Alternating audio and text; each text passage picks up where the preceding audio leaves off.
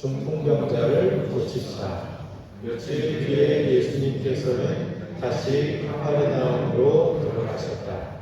그분께서 집에 계시다는 소문이 퍼지자 문 앞까지 빈자리가 없을 만큼 사람이 모여들었다. 예수님께서는 그들에게 복음 말씀을 전하셨다.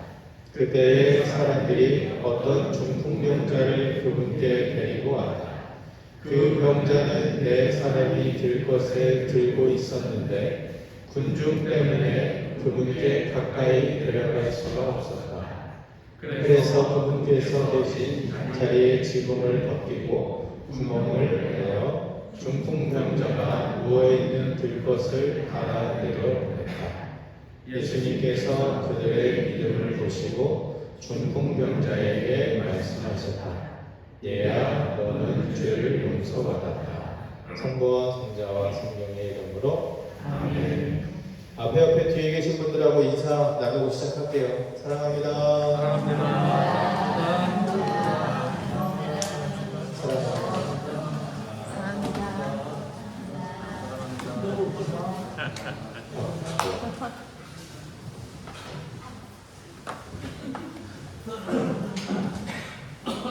눈이 좋으셔서 뒤에 앉으신 거죠?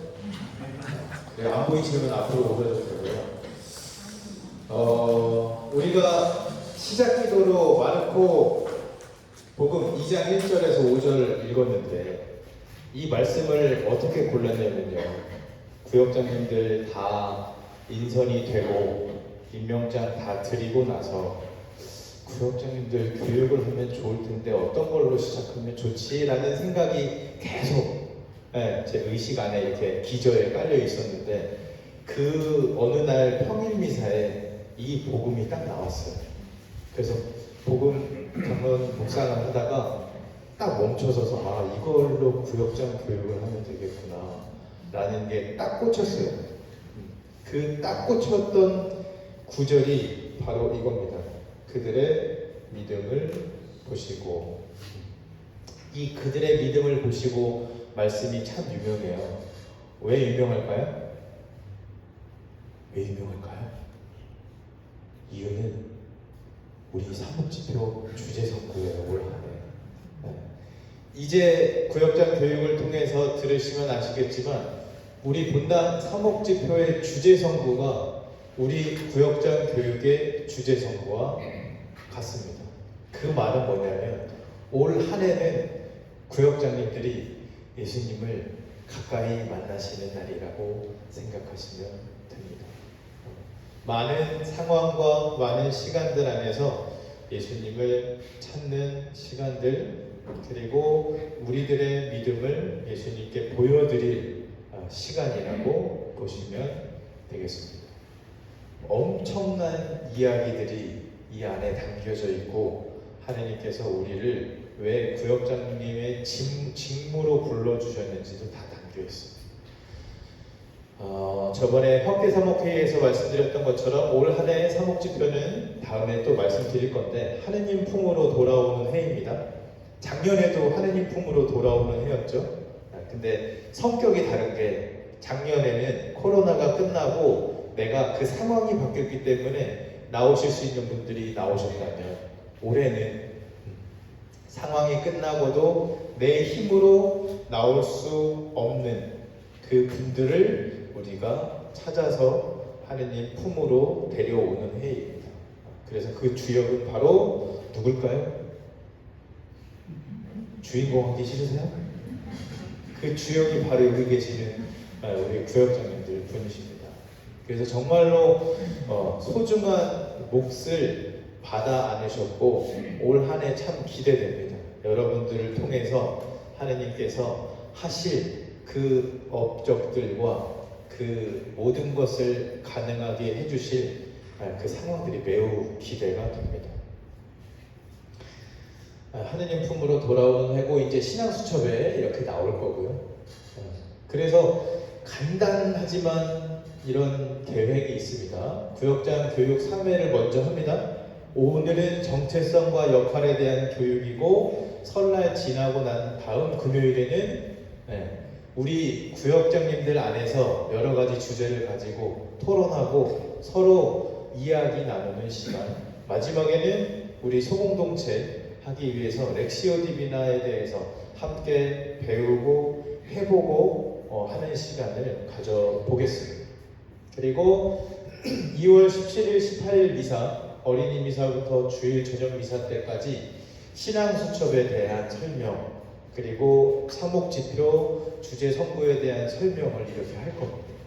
그래서 이제 신앙수첩이 시작이 될 거고, 3월, 4월에는 구역별로 고리기도를 실시하도록 하겠습니다. 그래서 저기에 나와 있는 건 그에 따른 해야 될 어떤 부분들인 거죠. 그래서 3월, 4월은 우리 구역에 있는 분들과 함께 고리기도로 2달 동안 우리 구역 기도로 준비하겠고, 5월 달부터는 제가 구역별로 가정 방문을 다닐 겁니다.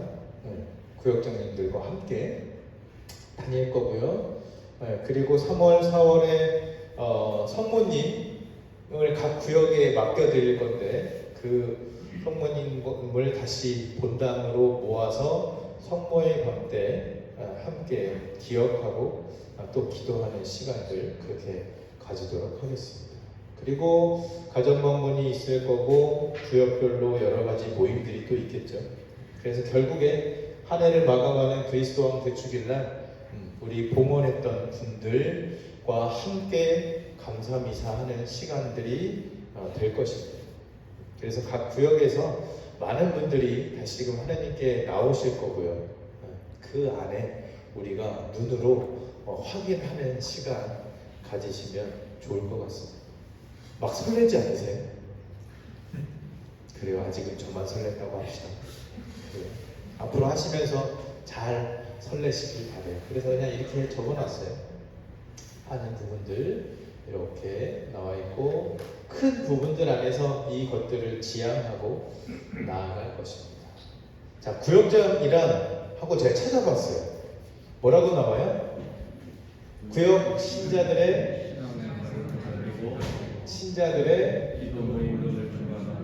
책임자를 구역장이라 한다. 구역 안에 행정관리는 반이라고 하고 반의 책임을 맡은 사람을 반장이라고 합니다. 아직까지 저희가 반장은 없죠. 앞으로 반장님들도 나타나시면 좋을 거고, 반장님들이 구역장님들을 도와서 함께 하시면 좋을 것 같습니다. 구역장님이란 이 말 참 부담돼요. 신앙생활을 보살피고 신자들의 기도 모임 등을 주관하는 책임자를 구역장이라 한다. 이 말들만 봤을 때는 참 딱딱하고 해야 하는 업무들로만 구성이 되어 있죠. 그래서 이 부분들은 그냥 구역장님은 저런 역할과 이렇게 개념 지어져 있구나 라고만 생각하시면 돼요. 제일 중요한 건 이겁니다. 성경 안에서 구역장의 모습을 찾아볼 수 있지 않을까. 어떤 모습일까요? 우리 시작 기도했을 때 그 말씀 안에 우리 지금 구역장님들의 모습이 다 적혀져 있습니다. 그래서 마르코 복음 2장 1절에서 5절까지 나오는 내용들을 보면 구역장님들 본인들이 내가 어떤 존재고 어떤 정체성을 가지고 어떤 마음으로 해야 되는구나가 여기에 다 들어있어요. 저도 묵상하면서 공부하면서 깜짝 놀랐어요. 아까 읽었던 구절이 보면 소제목은 뭐냐면 중풍병자를 고치시다라는 내용이에요. 그래서 이 중풍병자를 놓고 어떤 상황들이 이루어지는지 보면 아까 읽어보셨는 아시겠지만 중요한 핵심은 뭐예요? 자, 처음부터 해볼게요. 여기에서 나오는 인물은 누구예요? 예수님 나오시고 또 중풍병자 나오겠고 또 네 사람인데 그 네 사람이 어떤 사람이에요? 중풍병자라고요? 아니에요. 중풍병자를 누구한테 데리고 간 사람? 예수님께 데리고 간 사람. 이 세 핵심 존재들을 잊지 않으셔야 돼요. 예수님, 중풍병자, 이 중풍병자를 예수님께 데려간 네 사람. 이 네 명 중에 누가 구역자입니까요? 누군가 나오겠죠. 잘 보세요. 자, 예수님께서는 다시 카파르나움으로 들어가셨는데 그분께서 집에 계시다는 소문이 퍼지자 문 앞까지 빈자리가 없을 만큼 사람이 모여들었다. 그냥 지나가는 구절인데 잘 한번 보세요. 그분께서 집에 계시다는 소문이 퍼지자 이 소식을 누가 들었을까요? 중풍병자를 데리고 간 이 네 사람 중에 어떤 한 사람이라도 이 이야기를 들었을 거예요. 근데 무슨 예수님께서 지금 다른 데 가셨다가 이쪽 우리가 살고 있는 동네에 오셨대 라는 이야기를 들었겠죠. 근데 중요한 건 뭐냐, 이 들 것을 들고 간 네 사람 중에 이 이야기를 들었을 때 예수님이 어떤 분이신지 어떻게 알고 있었을까요? 자, 예를 들어 이거예요. 내가 집에 있어요. 근데 이렇게 집에 있는데 창문 밖에서 소리가 납니다. 찹쌀떡, 메밀묵, 김밥. 그러면 누가 온 거예요? 뭐 파는 장사가 지나가는 거겠죠. 그러면 어때요? 여러분들은 마중 나가요? 만나보려고? 마중 나가시는 분들은 누가 나가요? 필요한 사람들이 나가죠. 자, 예수님이 우리 고장에 가까이 오셨다는 소문이 들려도 나랑은 상관없으면 어떻게 해요? 소문이 들리던 말든. 근데 이 소문이 퍼지자 문 앞에 빈자리가 없을 만큼 사람이 모여들었는데 이 모여든 사람들은 누구예요? 예수님의 뭐가 필요한 사람? 예수님의 은총과 도움과 그 무언가가 필요한 사람이에요. 그래서 예수님은 어떤 존재로 딱 각인이 되냐면 나에게 무언가를 채워줄 사람, 내 필요를 어떻게든 들어줄 사람으로 각인된 사람들이 이렇게 빈자리가 없을 만큼 예수님을 찾아갑니다. 자, 여기서 볼 수 있는 거. 우리는 무엇을 믿는 사람들인가라는 겁니다. 예수님에 대한 소식을 들었을 때 아무렇게나 움직이지 않는 그냥 그 자리에 예수님이 누군데 나한테 뭔데 이런 사람들은 절대로 예수님을 찾아가지 않습니다. 우리 신앙인들은 누구냐면 예수님을 구원자로 받아들이고 믿는 이들입니다. 그래서 누가복음 2장 11절에 보면 오늘 너희를 위하여 다윗 고을에서 구원자가 태어나셨으니 주 그리스도이시다. 예수님을 구원자로 받아들이고 믿는 이들, 이렇게 받아들였기 때문에 예수님에 대한 소식을 듣자마자 어떻게 해요? 불이 나게 뛰쳐나간 거예요. 근데 그렇게 생각하는 사람들이 한두 명이었어요? 엄청 많았던 거예요. 셀 수 없이 많은 사람들이 예수님의 소문을 듣고 구원자가 오셨다라는 그 소식을 듣고 튀어나왔습니다. 그래서 예수님을 믿는 행위의 첫 번째는 예수님 앞에 나왔잖아요. 예수님에 대한 이야기를 귀 기울여서 듣고 예수님에 대한 말씀을 듣고 예수님 앞에 나아가서 머무르는 사람들이 바로 신앙인이라는 것을 이야기해 줍니다. 그래서 여기에 모여든 모든 사람들은 누구예요? 예수님을 어떻게든 믿고 있는 사람들이 모여 있는 거예요. 근데 빈자리가 없을 만큼 사람들이 모여들었습니다. 한번 쭉 보고 다시 넘어갈게요. 예수님께서는 그들에게 복음 말씀을 전하셨다. 이 복음 말씀이 뭘까요? 되게 신기한 게 우리는 매주 복음 말씀을 듣는데 복음이 뭐예요? 라고 물어보면 대답을 못해요. 신기하지 않아요? 복음이 뭘까요? 여러분들에게 들려지는 기쁜 소식은 뭘까요? 복음. 그렇죠, 복음이죠. 그 복음이 뭐예요? 복된 말씀. 여러분들한테는 어떤 게 복된 말씀이에요? 이게 정말로 중요해요. 항상 매주 복음 말씀 안에는 그 메시지가 들어있어요. 근데 그거를 다른 상황, 다른 인물을 통해서 이야기해 주니까 뭐지 이러는데 항상 복음 말씀은 우리에게 똑같습니다. 그 복음 말씀은 뭐냐면 내가 너를 사랑한다. 내가 너를 사랑하기 때문에 너를 구원할 것이다. 이거예요. 이 말씀을 여러 가지 상황 안에서 계속 보여주시는 거예요. 그래서 오늘 복음 뭐지? 라고 했을 때 이것만 떠올리시면 돼요. 하느님이 나를 너무나 사랑하셔서 어떤 것들에도 굴하지 않고 나를 구원하시겠다고 약속하시는 것. 이게 우리들한테 기쁜 소식이에요. 내가 어떤 상황에 있던 어떤 이런 부분들에 처해 있던 굴하지 않고 하느님께서 우리에게 하신 약속과 말씀을 이거예요. 그것이 이루어지게 우리가 믿는 거예요. 우리가 믿는 건 뭐냐면 하느님인데 하느님의 무엇을 믿냐면 하느님께서 우리에게 약속하셨던 이 말씀, 이 복음이 꼭 이루어질 것이라는 걸 우리가 믿는 거예요. 아셨죠? 우리가 믿는 건 뭐냐면 다른 게 아니라 하느님께서 해주실 거야가 아니라 모든 것들이 다 다가와도 하느님께서 우리에게 약속하셨던 이 말씀이 이루어질 것이라는 믿음입니다. 그래서 신부님 제가 믿음이 없어요. 믿음이 약해요. 이거는 뻥이에요. 왠 줄 아세요? 하느님 편에서 봐야 돼요. 하느님 편에서 말씀하신 것이 이루어질 거라고 우리가 믿는 거예요. 그래서 믿음이 약해지는 게 아니라 내가 그 말씀에 믿음을 두지 않는 겁니다. 그래서 그들에게 복음 말씀을 이렇게 전하셨어요.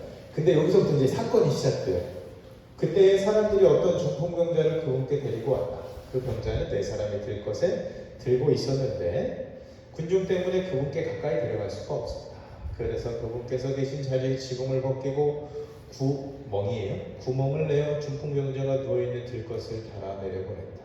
예수님께서 그들의 믿음을 보시고 중풍병자에게 말씀하셨다. 얘야 너는 죄를 용서받았다. 이게 첫 번째 부분이고요. 아이고 다 깨졌네요. 그분께서 집에 계시다는 소문이 퍼지자 아까 말씀드린 대로 예수님에 대한 이야기와 예수님의 말씀에 귀 기울이는 이들이 그 소문을 들어요. 이거는 핵심적으로 정하면 하느님의 말씀에 귀를 기울이는 사람들이라는 거죠. 그리고 많은 사람들이 누구에게 모여들어요? 하느님의 말씀을 듣고 하느님에 대한 소문을 듣고 예수님 앞에 가까이 가서 모여들게 돼요. 예수님 앞으로 나아가서 모여드는 이들. 한마디로 성체입니다. 복음 안에서 그냥 하는 말은 없어요. 그리고 우리 미사 전례 안에서 괜히 말씀의 전례와 성찬의 전례가 있는 게 아니에요. 이 하느님의 말씀과 성체에 대한 부분이 오늘 복음에도 나와요. 떨어질 수가 없어요. 그 안에 중심은 누구냐? 예수님이기 때문에. 하느님의 말씀이 예수님에게서 이루어지고 완성되는 것. 그리고 그것을 하느님의 말씀을 확인하기 위해서 예수님 앞으로 가서 확인하고 그 사랑을 체험하는 것. 이게 성체입니다. 그래서 제가 강론 때 계속 그러잖아요. 하느님의 말씀을 기억하시고 실천하시고 성체 좀 해하세요. 괜히 하는 말이 아니에요. 하느님께서 우리들에게 하셨던 말씀이고 하느님을 만나는 가장 핵심 포인트예요. 말씀과 성체. 이게 왜 구역장 교육하는데 왜 여기가 나오겠어요? 우리들은 어디로 불려졌어요? 하느님의 말씀과 예수님의 성체로 분류 받은 이들입니다. 구역장이라고 해서 일로 불린 게 아니고요. 가장 맨 처음에 제가 여기서 많이 발견했다니까요. 하느님이 구역장님들을 그냥 부른 게 아니라 당신의 사랑으로 부르셨구나라는 걸 여기서 딱 깨달았어요. 그래서 부르신 거고 그만큼 다가올수록 무수한 은총과 사랑으로 함께 해주시겠다라는 거구나 라는 거를 너무 깨닫게 된 구절이었어요. 자, 다음 구절 한번 볼게요. 그때 사람들이 어떤 중풍 병자를 그분께 데리고 왔다. 예수님의 도움과 은총이 필요한 이들을 예수님 앞에 데려가는 이들. 어떤 사람이 예수님 앞에 어려운 사람을 데리고 갈 수 있을까요? 이건 그들의 믿음을 보시고 정말 직결되어 있는 구절입니다. 어떤 사람이 예수님께 아픔을 겪고 있는 사람을 데리고 갈 수 있을까요? 자, 다른 말로 하면 그들이 예수님께 가졌던 믿음은 뭘까요? 왜 데려갔을까요? 옆에서 막 죽을 것 같아요. 막 몇 년, 몇십 년을 막 아픈 사람들이 있는데 그 손을 잡고서 어떻게 얘기하고 예수님께 데려갔을까요? 내가 예수님이라는 사람을 아는데 예수님한테 한번 가볼래요? 그러면 그 사람이 뭐라고 할까요? 그 사람이 누군데? 그럼 뭐라고 대답했을까요? 그 사람? 당신은 낫게 해줘서. 예수님한테 가면 예수님이 당신을 낫게 해주실 거예요. 그래서 그들의 믿음을 보시고 죄를 용서해 주시고 치유해 주셨잖아요. 예수님께서 보셨던 그들의 믿음은 뭐냐면 하여라는 여인, 복음에 나오죠. 하여라는 여인과 저번에 복음에 나왔던 회당장 야이로, 딸을 살리기 위해서 주님께 가서 청원했던 그 사람들이 예수님께 가졌던 믿음과 똑같아요. 내가 저분께 손을 대면 낫겠지. 회당장은 뭐라고 염원했을까요? 예수님께서 내 딸을 만져주시면, 기도해 주시면 낫겠지 라는 부분이겠죠. 그 믿음을 보신 거예요. 그 사람들이 가지고 있던 믿음은 그겁니다. 누구에 대한 믿음이냐면 하느님께 대한 믿음인 거예요. 그러니까 그 믿음은 어떻게 돼요? 이루어져요. 하느님께서 약속하신 것이기 때문에. 그래서 그 믿음은 꼭 이루어져요. 왜 넘어갔냐고. 그래서 이 사람들이 중풍병자를 예수님께 데리고 왔는데 맨 처음에는 예수님 앞으로 기도하면서 그들을 데리고 갈 수 있어요. 그렇잖아요. 보자마자 손잡고 가지 않잖아요. 먼저 보면 이런 기도를 해요. 예수님, 이 사람이 많이 아픈데 이 사람 좀 봐주세요. 이 사람 위해서 기도합니다 하면서 기도하고 전구하고 희생하게 됩니다. 그래서 이 기도로서 예수님 앞으로 데리고 가기도 해요. 영적인 부분들로. 두 번째는 실제적으로 예수님 앞으로 데리고 가게 됩니다. 성사의 은총에 참여시키죠. 나중에 보면 이게 구역장님들의 역할 안에 들어가요. 미사와 성사. 이 성사라는 건 엄청 많은 부분들이 있어요. 세례, 견진, 성체, 병자, 혼인, 또 뭐 있죠? 고해, 성품 빼고 또 뭐 있죠? 병자? 있나요? 이렇게 성사의 은총에 참여시키기 위해서 예수님 앞으로 데리고 갑니다. 그래서 구역장님들의 또 다른 명칭은 은총의 전달자예요. 그래서 줄임말로 해서 은전이라고 부르고 싶어요. 구역장님 말고 은전님 이렇게 불러드리고 싶어요. 근데 진짜로 제 사제 생활 안에서 구역장님들의 역할은 은총의 전달자예요. 정말. 그래서 어마어마한 지금 역할을 하고 있고 어마어마한 자리에 있는 거예요. 하느님의 은총을 전해주기 위해서 그 앞에 사람들을 데리고 가는 사람들. 여러분들이. 저도 그렇지만 여러분들이 더 구체적으로 그렇게 하십니다. 저도 이번에 체험했어요. 저기 이안구역에서 우리 박종배 여한 형제님이 계속 끊임없이 김정아 마리아 자매님에 대해서 저한테 이야기를 하셨어요. 그래서 저도 전화해서 만나고 통화를 했는데 맨 처음에 좀 당황하셨는지 만나기가 그렇게 싫으셨나 봐요. 상황이 있었겠지만 또 전화드리고 또 연락드렸더니 나중에는 마음을 고쳐먹고 남편을 데리고 저하고 전임면담을 하셨는데 그때 알았어요. 형제님이 많이 아프셔가지고 보이기 싫어했는데, 그래서 전임면담 하시고 고해성사 보시고 애들까지 다 데리고 미사에 이렇게 참여하시게 됐어요. 네. 구역장님이 안 전해줬으면 어떻게 해요? 저는 몰라요. 왜? 저는 미사 온 분들하고 알려주지 않으면 저는 알 수 있지 않습니다. 지금 상황에서. 제가 가정 방문을 했을 때 정보가 있으면 알겠지만, 그래서 그때 가장 중요한 역할을 한 게 누구예요? 구역장님이었어요. 제가 포기하지 않도록 계속 문을 두드렸어요. 듣다 보면 귀찮기도 하고 그럴 때도 있어요. 근데 구역장님들이 그런 이야기를 하시면 기억에 꼭 남아요. 정말 필요한 부분들이니까 이렇게 이야기를 하셨겠지 하고 꼭 저는 적어놓습니다. 그래서 그렇게 돌아오신 분들이 참 많아요. 1년 안에서도. 구역장님들이 신경 써주시고 환영해 주시고 연결해 주셔서 그렇게 되어 있는 부분들이 너무 많습니다. 그래서 우리는 누구라고요? 좀 크게 한번 해보세요. 우리는 누구라고요? 이거 꼭 기억하셔야 돼요. 은총의 전달자예요. 우리. 그러기 위해선 뭐를 먼저 해야 돼요? 우리가 하느님의 은총을 먼저 체험해야 합니다. 그렇죠? 그래서 하느님의 말씀과 성체 앞으로 불리움 받은 사람은 다른 이유가 있지 않아요. 하느님의 은총을 체험하기 위한 것입니다. 그 은총의 핵심은 뭐예요? 하느님께서 사랑하시는 사람들이라는 것입니다. 자, 여기서 재밌는 내용이 나와요. 그 병자는 네 사람이 들 것에 들고 있었다. 여기서 구역장님 누굴까요? 4명 중에 1명이라고 저는 생각해요. 근데 왜 4명일까요? 이 3명은 어디서 온 사람일까요? 아니에요. 구역장님들이 섭외한 사람들. 근데 섭외한 사람들인데 마음에 동한 사람들.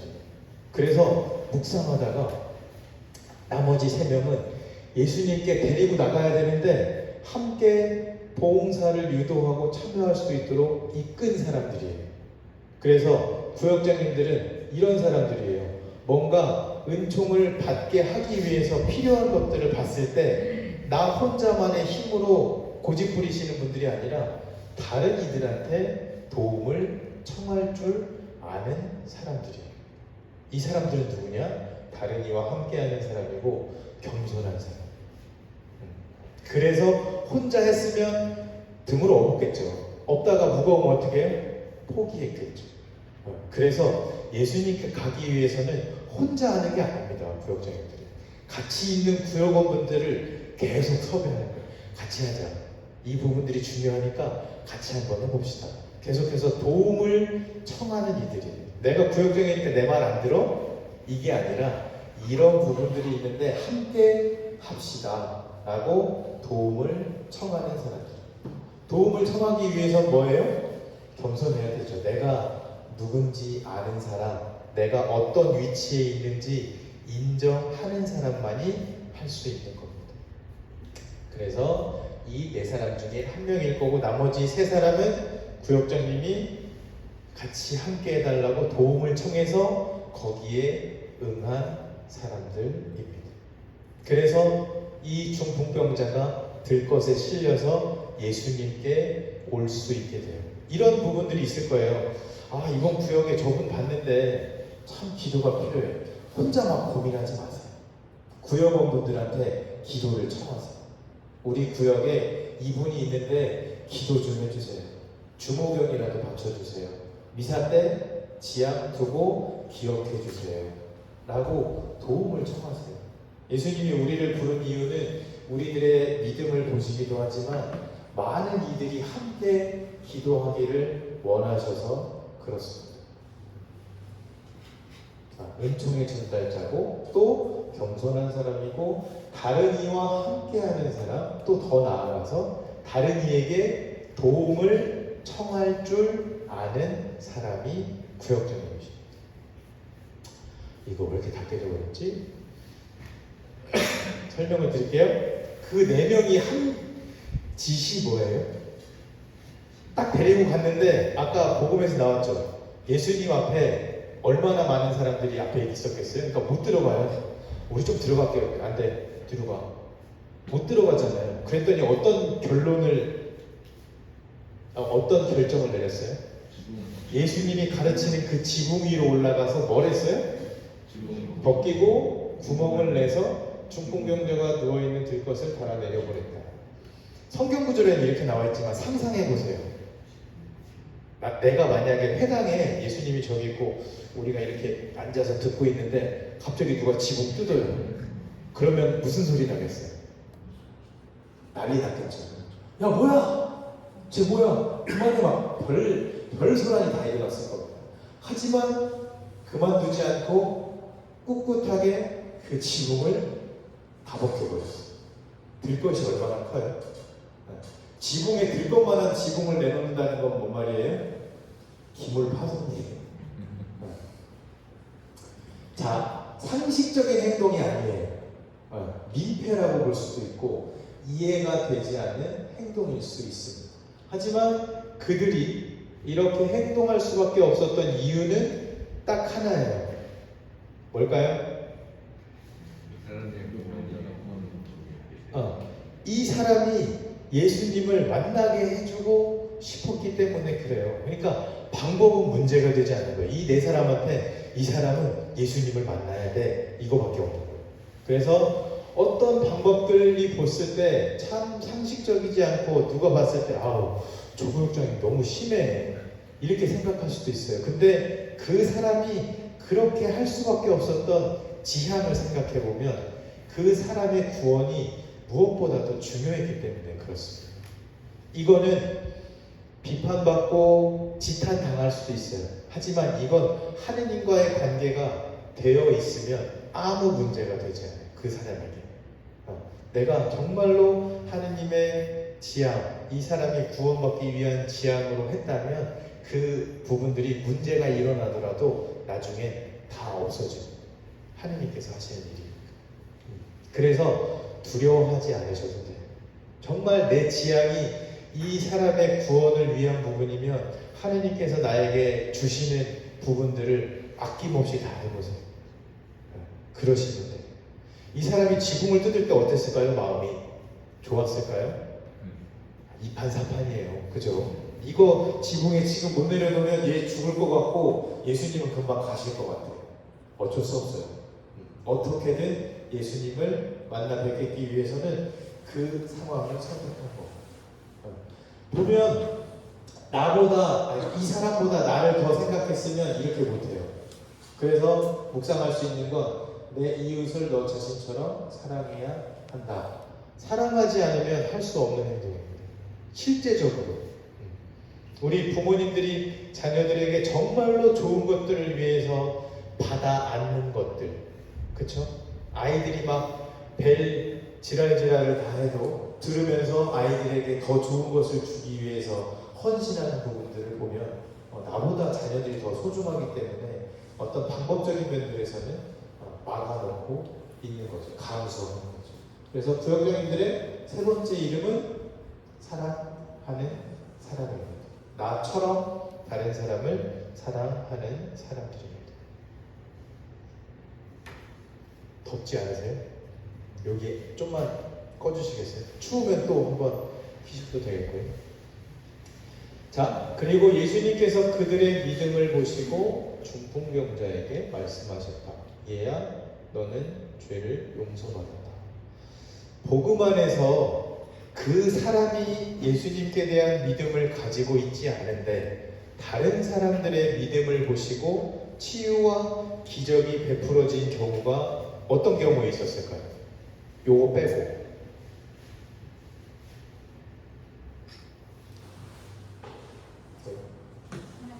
아까 얘기했잖아요. A로 해당자. 또 누구요? 누구요?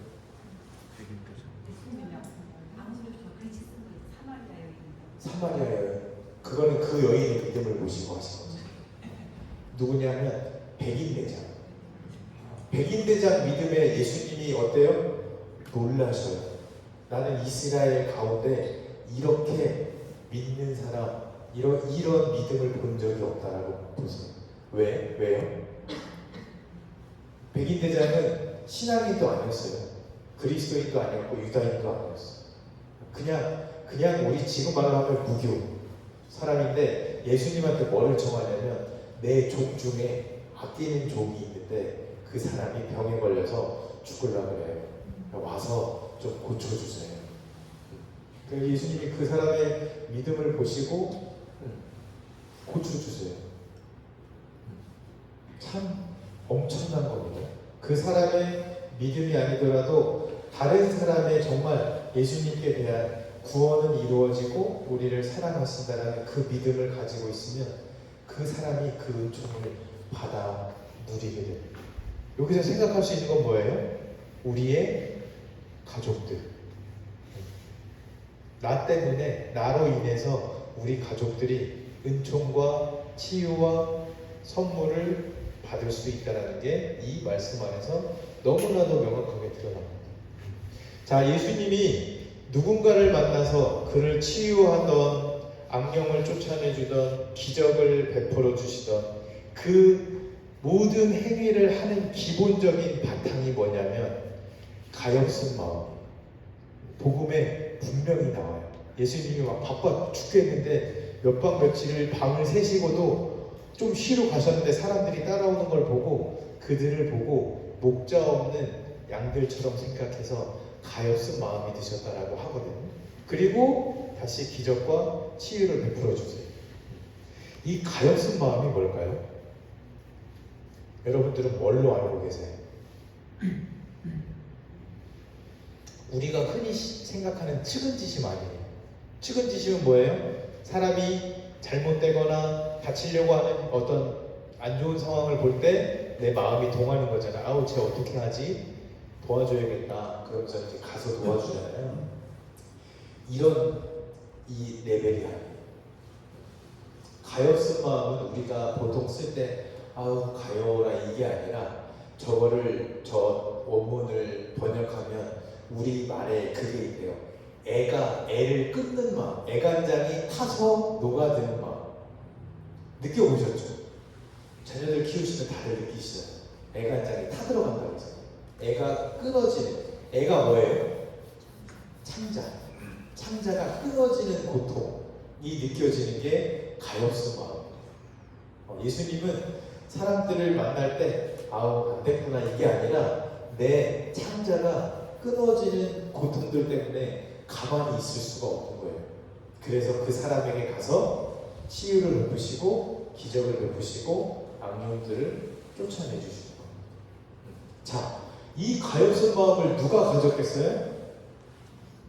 들 것을 들고 가자고 처음에 이야기했던 누구?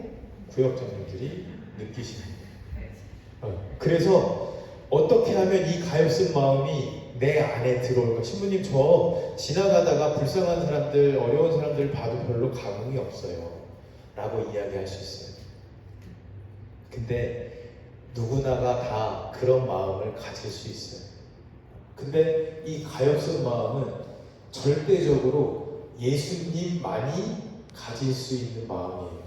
예수님께서, 하느님께서 우리 인간들을 보시고 느낄 수 있는 그 마음이에요. 그래서 우리가 이 예수님의 가엾은 마음을 느끼려면 어떻게 해야 돼요? 예수님께 자주 가서 그 마음을 배우지 않으면 자연히 그냥 너는 너고 나는 나야 이렇게 개인적으로 살아갈 수밖에 없게 돼요. 근데 진짜 신기한 건 하느님의 말씀과 하느님의 성체로 단련되어 있는 분들은 딱 보면 바로 알아차려요. 그리고 내 성향이 아니더라도 예수님이 그 마음을 통해서 나에게 시키는 걸 알아듣게 됩니다. 그래서 우리들도 가엾은 마음을 느끼고 내 원래 성향은 아닌데 계속 생각나고 계속 기억하게 되고 기도하게 되고 결국에 그 사람에게 다가가게 돼요. 그래서 이 가엾은 마음은 엄청난 겁니다. 그래서 중풍병자를 도와준 이들도 예수님의 가엾은 마음을 닮은 이들인데 어떻게 하면 닮냐면 이 가엾은 마음은 예수님의 가장 거룩한 마음이에요. 예수님의 성심의 핵심이에요. 우리들에게 은총을 내려주시고 선물을 내려주신 핵심의 마음은 애가 끊어져서 고통 때문에 가만히 있을 수 없는 그 마음 때문에 우리에게 사랑을 베풀어 주시는데, 이 가엾은 마음을 담기 위해선 예수님이 성심이 담겨져 있는 성체에 머무는 방법밖에 없습니다. 그리고 성경 안에 들어있는 하느님의 말씀을 통해서 그분의 마음을 묵상하고 배우지 않으면 완전 다르게 살아갈 수 있어요. 요새 뉴스나 TV 같은 말이죠. 뉴스 보면 진짜 어떻게 사람이 저래? 라는 사건들이 많이 일어나죠. 우리들한테도 일어날 수 있어요. 근데 일어나지 않는 이유는 뭐냐면 신앙으로 버티고 있기 때문에 그래요. 그래도 우리의 마음을 예수님께서 지켜주시고 있기 때문에 우리가 거기 그 사건에 휘말리지 않을 수 있는 거예요. 그냥이라고 생각하지 마세요. 우리가 이 신앙생활하는 이 안에서 우리가 눈에 보이지 않지만 엄청난 것들이 보호되고 있고 일어나고 있습니다. 실제적으로. 그래서 냉담해 보시면 바로 알아요. 내 마음이 얼마나 차갑게 식어버리는지, 얼마나 사람들을 냉랭하게 대할 수 있는지 정확하게 알 수 있어요. 자, 그래서 구역장님이란 가장 먼저 예수님과 친교를 맺는 하느님의 자녀예요. 그래서 제가 말씀드렸잖아요. 구역장님으로 불리워진 건 하느님께서 나한테 좀 가까이 와. 내가 너희들을 사랑하고 내가 너희들한테 약속했던 구원이 뭔지 보여줄게 라고 부르신 거예요. 그래서 여러분들이 여러 가지의 일을 하고 싶고 많은 여러 가지 일들이 있고 싶지만 가장 먼저 해야 되는 건 뭐예요?